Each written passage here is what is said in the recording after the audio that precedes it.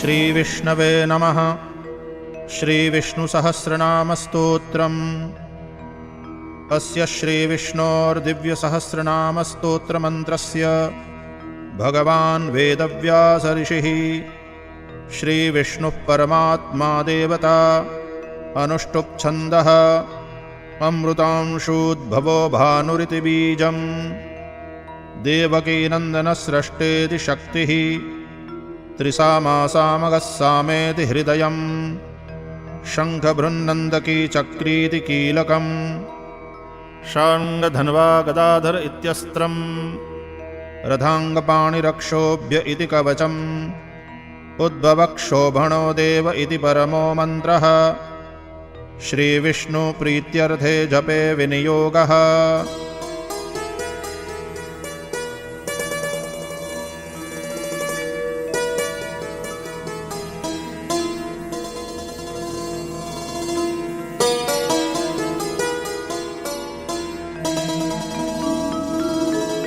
ध्यानम्। शान्ताकारं भुजगशयनं पद्मनाभं सुरेशं। विश्वाधारं गगनसदृशं मेघवर्णं शुभांगं। लक्ष्मीकान्तं कमलनयनं योगिभिर्ध्यानगम्यं। वन्दे विष्णुं भवभयहरं सर्वलोकैकनाथम्। सशङ्खचक्रं सकिरीटकुण्डलं सपीतवस्त्रं सरसीरुहेक्षणं। सहारवक्षस्थलकौस्तुभश्रियं नमामि विष्णुं शिरसा चतुर्भुजम्।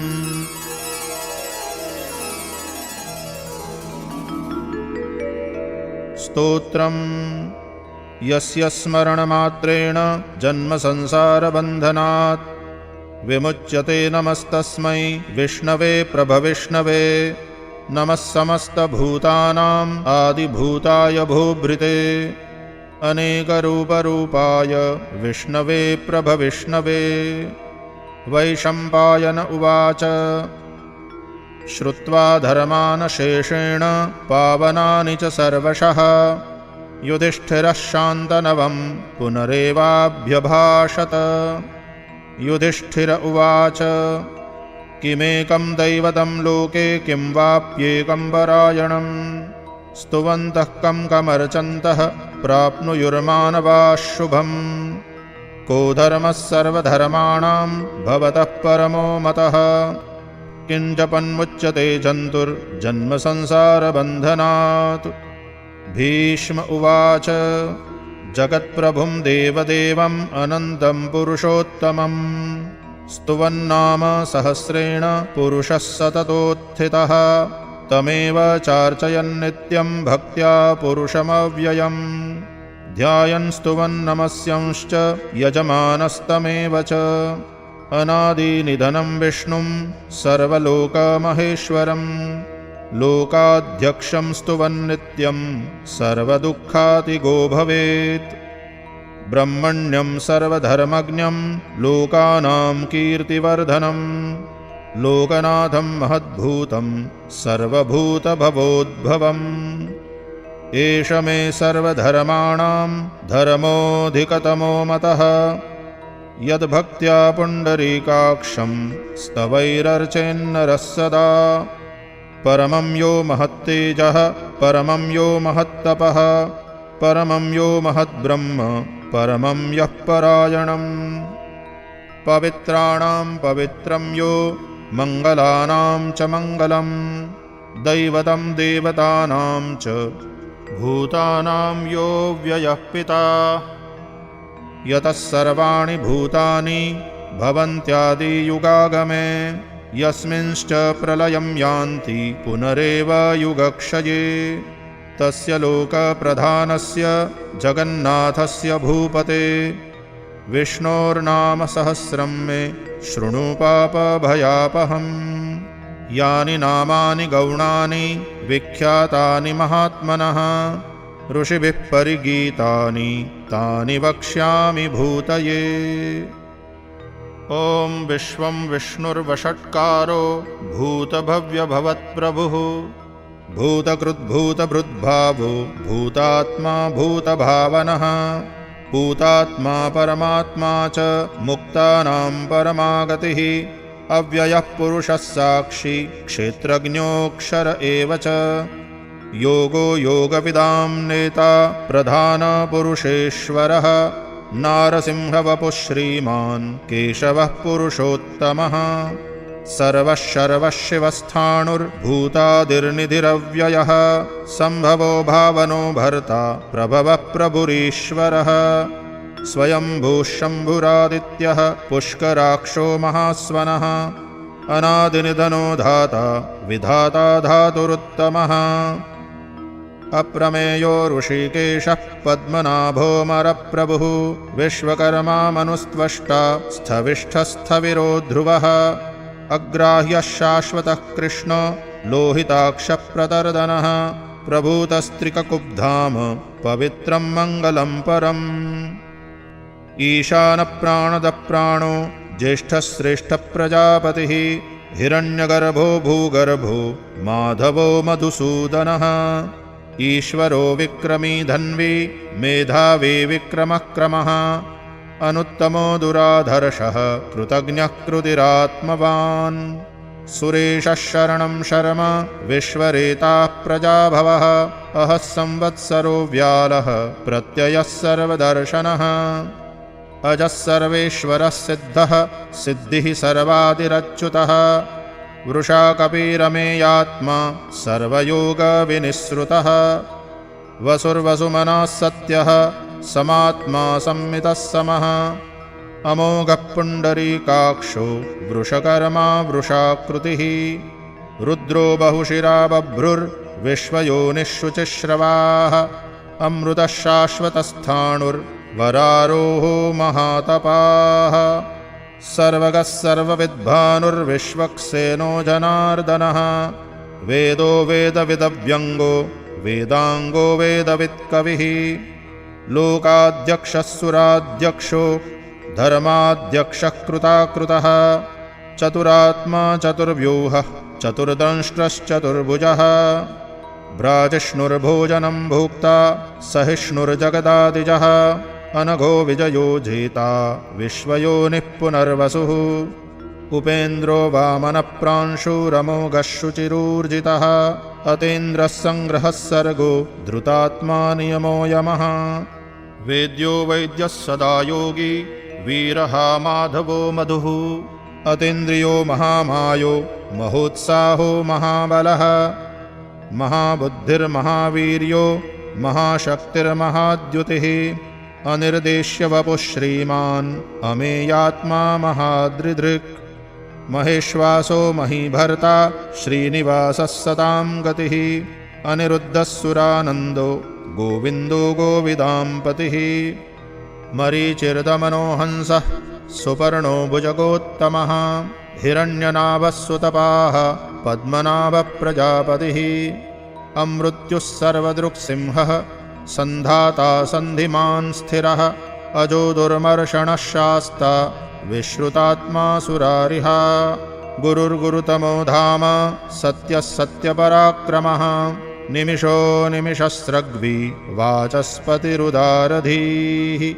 अग्रणीर्ग्रामणे श्रीमान् न्यायो नेता समीरणः सहस्रमूर्धा विश्वात्मा सहस्राक्षः सहस्रपात् आवर्तनो निवृत्तात्मा संवृतः सम्प्रमर्दनः अहः संवर्तको वह्निः अनिलो धरणीधरः सुप्रसादः प्रसन्नात्मा विश्वधृग्विश्वभुग्विभुः सत्कर्ता सत्कृतः साधुर्जन्नुर्नारायणो नरः असङ्ख्येयो प्रमेयात्मा विशिष्टः शिष्टकृच्छुचिः सिद्धार्थः सिद्धसङ्कल्पः सिद्धिदः सिद्धिसाधनः वृषा हि वृषभो विष्णुर्वृषपर्वा वृषोदरः वर्धनो वर्धमानश्च विविक्तश्रुतिसागरः सुभुजो दुर्धरो वाग्मी महेन्द्रो वसुदो वसुः नैकरूपो बृहद्रूपः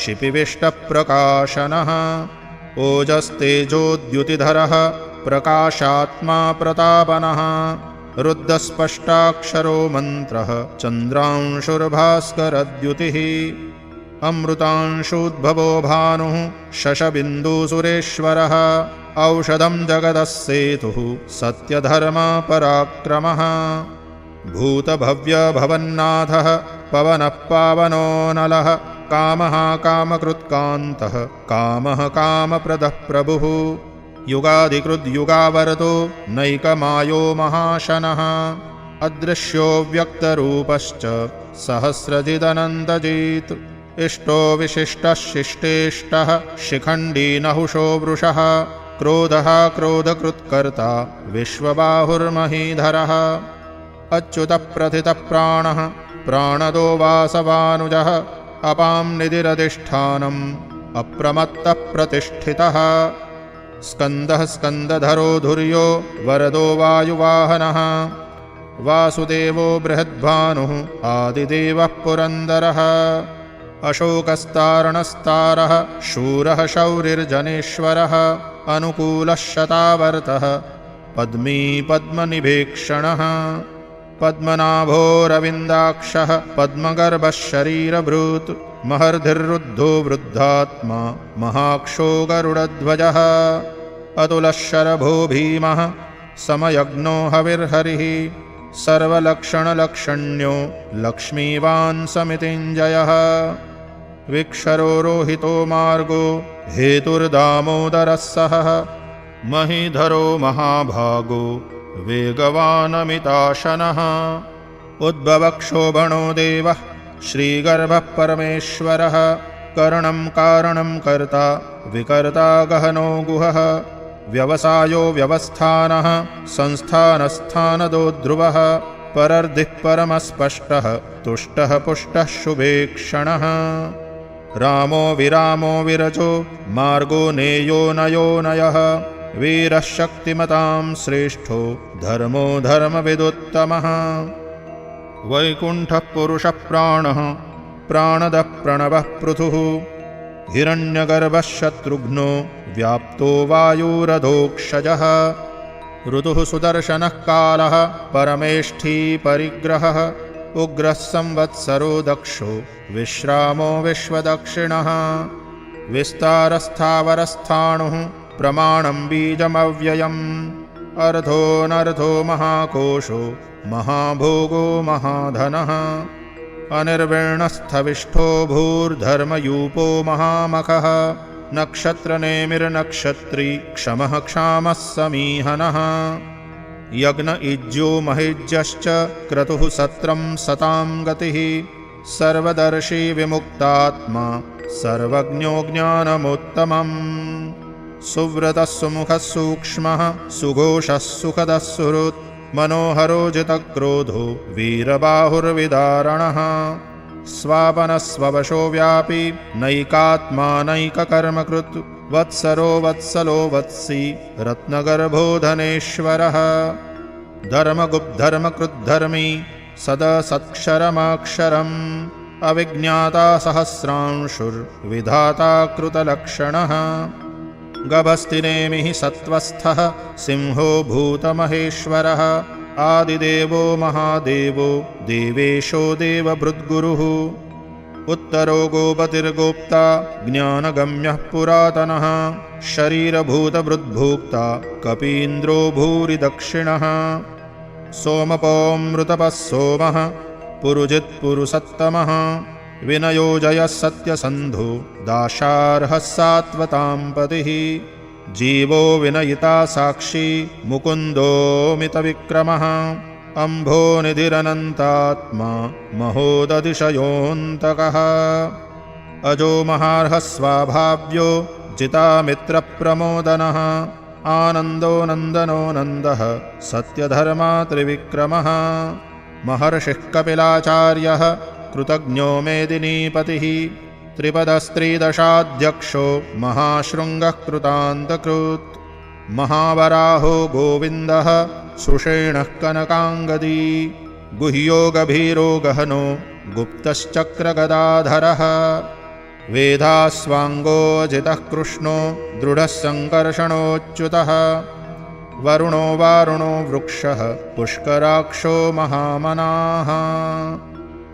भगवान् भगहानन्दी वनमाली हलायुधः आदित्यो ज्योतिरादित्यः सहिष्णुर्गतिसत्तमः सुधन्वाखण्डपरशुर्दारुणो द्रविणप्रदः दिवि स्पृक्सर्वदृग्व्यासो वाचस्पतिरयो निजः त्रिसामासामगः साम निर्वाणं भेषजं विशक् संन्यासकृच्छमः शान्तो निष्ठा शान्तिः परायणम् शुभाङ्गः शान्तिदस्रष्टा कुमुदः कुवलेशयः गोहितो गोपतिर्गोप्ता वृषभाक्षो वृषप्रियः अनिवर्ती निवृत्तात्मा संक्षेप्ता क्षेमकृच्छिवः श्रीवत्सवक्षाः श्रीवासः श्रीपतिः श्रीमताम्बरः श्रीधः श्रीशः श्रीनिवासः श्रीनिधिः श्रीविभावनः श्रीधरः श्रीकरः श्रेयः श्रीमान् लोकत्रयाश्रयः स्वक्षः स्वङ्गः शतानन्दो नन्दिर्ज्योतिर्गणेश्वरः विजितात्मा विधेयात्मा सत्कीर्तिश्छिन्नसंशयः उदीर्णः सर्वतश्चक्षुः अनीशः शाश्वतस्थिरः भूषयो भूषणो भूतिर्विशोकः शोकनाशनः अर्चिष्मान् अर्जितः कुम्भो विशुद्धात्मा विशोधनः अनिरुद्धो प्रतिरथः प्रद्युम्नोमितविक्रमः कालनेमी निहावीरः शौरिः शूरजनेश्वरः त्रिलोकात्मा त्रिलोकेशः केशवः केशिहा हरिः कामदेवः कामपालः कामीकान्तकृतागमः अनिर्देश्य वपुर्विष्णुर्वीरोऽनन्तो धनञ्जयः ब्रह्मण्यो ब्रह्मकृद्ब्रह्मा ब्रह्म ब्रह्म विवर्धनः ब्रह्मविद्ब्राह्मणो ब्रह्मी ब्रह्मज्ञो ब्राह्मणप्रियः महाक्रमो महाकर्मा महातेजा महोरगः महाक्रतुर्महायज्वा महायज्ञो महाहविः स्तव्यः स्तवप्रियस्तोत्रं स्तुतिस्तोतारणप्रियः पूर्णः पूरयिता पुण्यः पुण्यकीर्तिरनामयः मनोजवस्तीर्थकरो वसुरेता वसुप्रदः वसुप्रदो वासुदेवो वसुर्वसुमनाहविः सद्गतिः सत्कृतिः सत्ता सद्भूतिः सत्परायणः शूरसेनो यदुश्रेष्ठः सन्निवासः सुयामुनः भूता वासो वासुदेवः सर्वासुनिलयो नलः दर्पः दर्पदो दृप्तो दुर्धरोऽथापराजितः विश्वमूर्तिर्महामूर्तिर्दीप्तमूर्तिरमूर्तिमान् अनेकमूर्तिरव्यक्तः शतमूर्तिः शताननः एको नैकः सवः कः किं यत्तत्पदमनुत्तमम् लोकबन्धुर्लोकनाथो माधवो भक्तवत्सलः सुवर्णवर्णो हेमाङ्गो वराङ्गश्चन्दनाङ्गदी वीरः विषमः शून्यो भृताशीरचलश्चलः अमानी मानदो मान्यो लोकस्वामी त्रिलोकदृक् सुमेधा मेधजो धन्यः सत्यमेधाधराधरः तेजो वृषोद्युतिधरः सर्वशस्त्रभृताम्बरः प्रग्रहो निग्रहो व्यग्रो नैकशृङ्गो गदाग्रजः चतुर्मूर्तिश्चतुर्बाहुश्चतुर्व्यूहश्चतुर्गतिः चतुरात्मा चतुर्भावश्चतुर्वेदविदेकपात् समावर्तो निवृत्तात्मा दुर्जयो दुरतिक्रमः दुर्लभो दुर्गमो दुर्गो दुरावासो दुरारिहा शुभाङ्गो लोकसारङ्गः सुतन्तुस्तन्तुवर्धनः इन्द्रकर्मा महाकर्मा कृतकर्मा कृतागमः उद्भवः सुन्दरः सुन्दो रत्ननाभः सुलोचनः अर्को वाचसनः शृङ्गी जयन्तः सर्वविज्जयी सुवर्णबिन्दुरक्षोभ्यः सर्ववागीश्वरेश्वरः महाह्रदो महागर्तो महाभूतो महानिधिः कुमुदः कुन्दरः कुन्दः पर्जन्यः पावनोऽनिलः अमृताशोऽमृतवपुः सर्वज्ञः सर्वतोमुखः सुलभः सुव्रतः सिद्धः शत्रुजिच्छत्रुतापनः न्यग्रोधोदुम्बरोऽश्वत्थः चाणूरान्ध्रनिषूदनः सहस्रार्चिः सप्तजिह्वः सप्तैधाः सप्तवाहनः अमूर्तिरनघो चिन्त्यो भयकृद्भयनाशनः अणुर्बृहत्कृशस्थूलो गुणभृन्निर्गुणो महान् अद्रुतस्वद्रुतस्वास्यः प्राग्वंशो वंशवर्धनः भारभृत्कथितो योगी योगीशः सर्वकामदः आश्रमश्रवणक्षामः सुपर्णो वायुवाहनः धनुर्धरो धनुर्वेदो दण्डो दमयिता दमः अपराजितः सर्वसहो नियन्ता नियमो यमः सत्त्ववान् सात्विकः सत्यः सत्यधर्मपरायणः अभिप्रायः प्रियार्होर्हः प्रियकृत्प्रीतिवर्धनः विहाय स गतिर्ज्योतिः सुरुचिर्हुतभुग्विभुः रविर्विरोचनः सूर्यः सविता रविलोचनः अनन्तो हुतभुग्भोक्ता सुखदो नैकजोऽग्रजः अनिर्विण्णः सदा महर्षि लोकाधिष्ठानमद्भुतः सनात्सनातनतमः कपिलः कपिरप्ययः स्वस्तिदः स्वस्तिकृत्स्वस्ति स्वस्तिभुक् स्वस्ति दक्षिणः अरौद्रः कुण्डलीचक्री विक्रम्योर्जितशासनः शब्दातिगः शब्दसः शिशिरः शर्वरीकरः अक्रूरः पेशलो दक्षो दक्षिणक्षमिणाम्बरः विद्वत्तमो वीतभयः पुण्यश्रवणकीर्तनः उत्तारणो दुष्कृतिः पुण्यो दुःस्वप्ननाशनः वीरः रक्षणः सन्तो जीवनः पर्यवस्थितः अनन्दरूपोऽनन्तश्रीर्जितमन्युर्भयापहः चतुरस्रो गभीरात्मा विदिशो व्यादिशो दिशः अनादिर्भूर्भुवो लक्ष्मीः सुवीरो रुचिराङ्गदः जननो जनजन्मादिर्भीमो भीमपराक्रमः आधारनिलयो धाता पुष्पहासप्रजागरः ऊर्ध्वगः सत्पथाचारः प्राणदः प्रणवः पणः प्रमाणं प्राणनिलयः प्राणभृत्प्राणजीवनः तत्त्वं तत्त्वविदेकात्मा जन्ममृत्युजरातिगः भूर्भुवस्वस्तरुस्तारः सविता प्रपितामहः यज्ञो यज्ञपतिर्यज्वा यज्ञाङ्गो यज्ञवाहनः यज्ञभृद्यज्ञकृद्यज्ञी यज्ञभुग्यज्ञसाधनः यज्ञान्तकृद्यज्ञगुह्यम् अन्नमन्नाद एव च आत्मयोनिस्वयं जातो वैखानः सामगायनः देवकीनन्दनस्रष्टा क्षितीशः पापनाशनः शङ्खबृन्दकी चक्री शाङ्गधन्वा गदाधरः रथाङ्गपाणिरक्षोभ्यः सर्वप्रहरणायुधः सर्वप्रहरणायुध ॐ नम इति।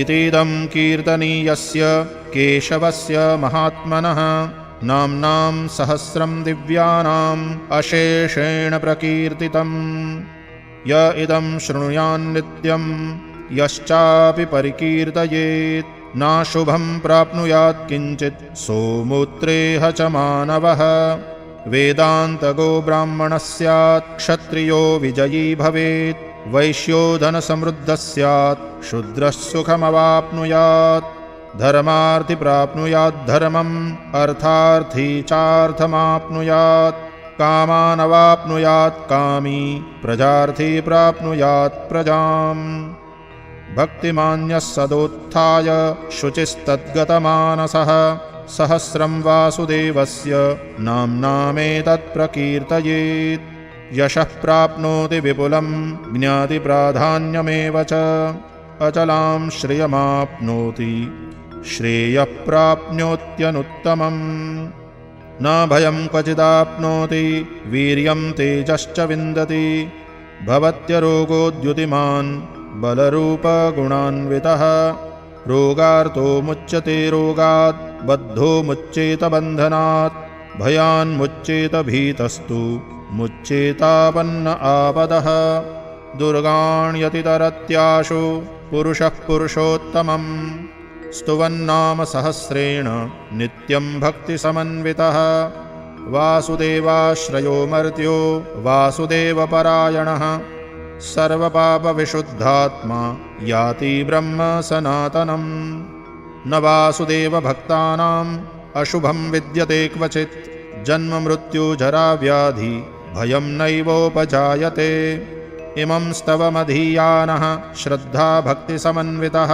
युज्येतात्मसुखक्षान्ति श्रीधृतिस्मृतिकीर्तिभिः न क्रोधो न च मात्सर्यं न लोभो नाशुभा मतिः भवन्ति कृतपुण्यानां भक्तानां पुरुषोत्तमे द्यौः स चन्द्रार्कनक्षत्रा खं दिशो भूर्महो दधिः वासुदेवस्य वीर्येण विद्रुतानि महात्मनः स सुरासुरगन्धर्वं स यक्षोरगराक्षसं जगद्वशे वर्ततेदं कृष्णस्य सचराचरम् इन्द्रियाणि मनोबुद्धिः सत्वं तेजोबलं धृतिः वासुदेवात्मकान्याहुः क्षेत्रं क्षेत्रज्ञ एव च सर्वागमानाम् आचारः प्रथमं परिकल्पते आचारप्रभवो धर्मो धर्मस्य प्रभुरच्युतः ऋषयः पितरो देवा महाभूतानि धातवः जङ्गमाजङ्गमं चेदं जगन्नारायणोद्भवम् योगो ज्ञानं तथा साङ्ख्यं विद्या शिल्पादिकर्म च वेदाः शास्त्राणि विज्ञानम् एतत्सर्वं जनार्दनात् एको विष्णुर्महद्भूतं पृथग्भूतान्यनेकशः त्रीन् लोकान् व्याप्य भूतात्मा भुङ्क्ते विश्वभुगव्ययः इमं स्तवं भगवतो विष्णोर्व्यासेन कीर्तितं पठेद्य इच्छेत्पुरुषः श्रेयः प्राप्तुं सुखानि च विश्वेश्वरमजं देवं जगतः प्रभवाप्ययं भजन्ति ये पुष्कराक्षं न ते यान्ति पराभवम् ॐ तत्सदिति श्रीमहाभारते शतसाहस्र्यां संहितायां वैयासिक्याम् आनुशासनिके पर्वणि भीष्मयुधिष्ठिरसंवादे श्रीविष्णोर्दिव्यसहस्रनामस्तोत्रम्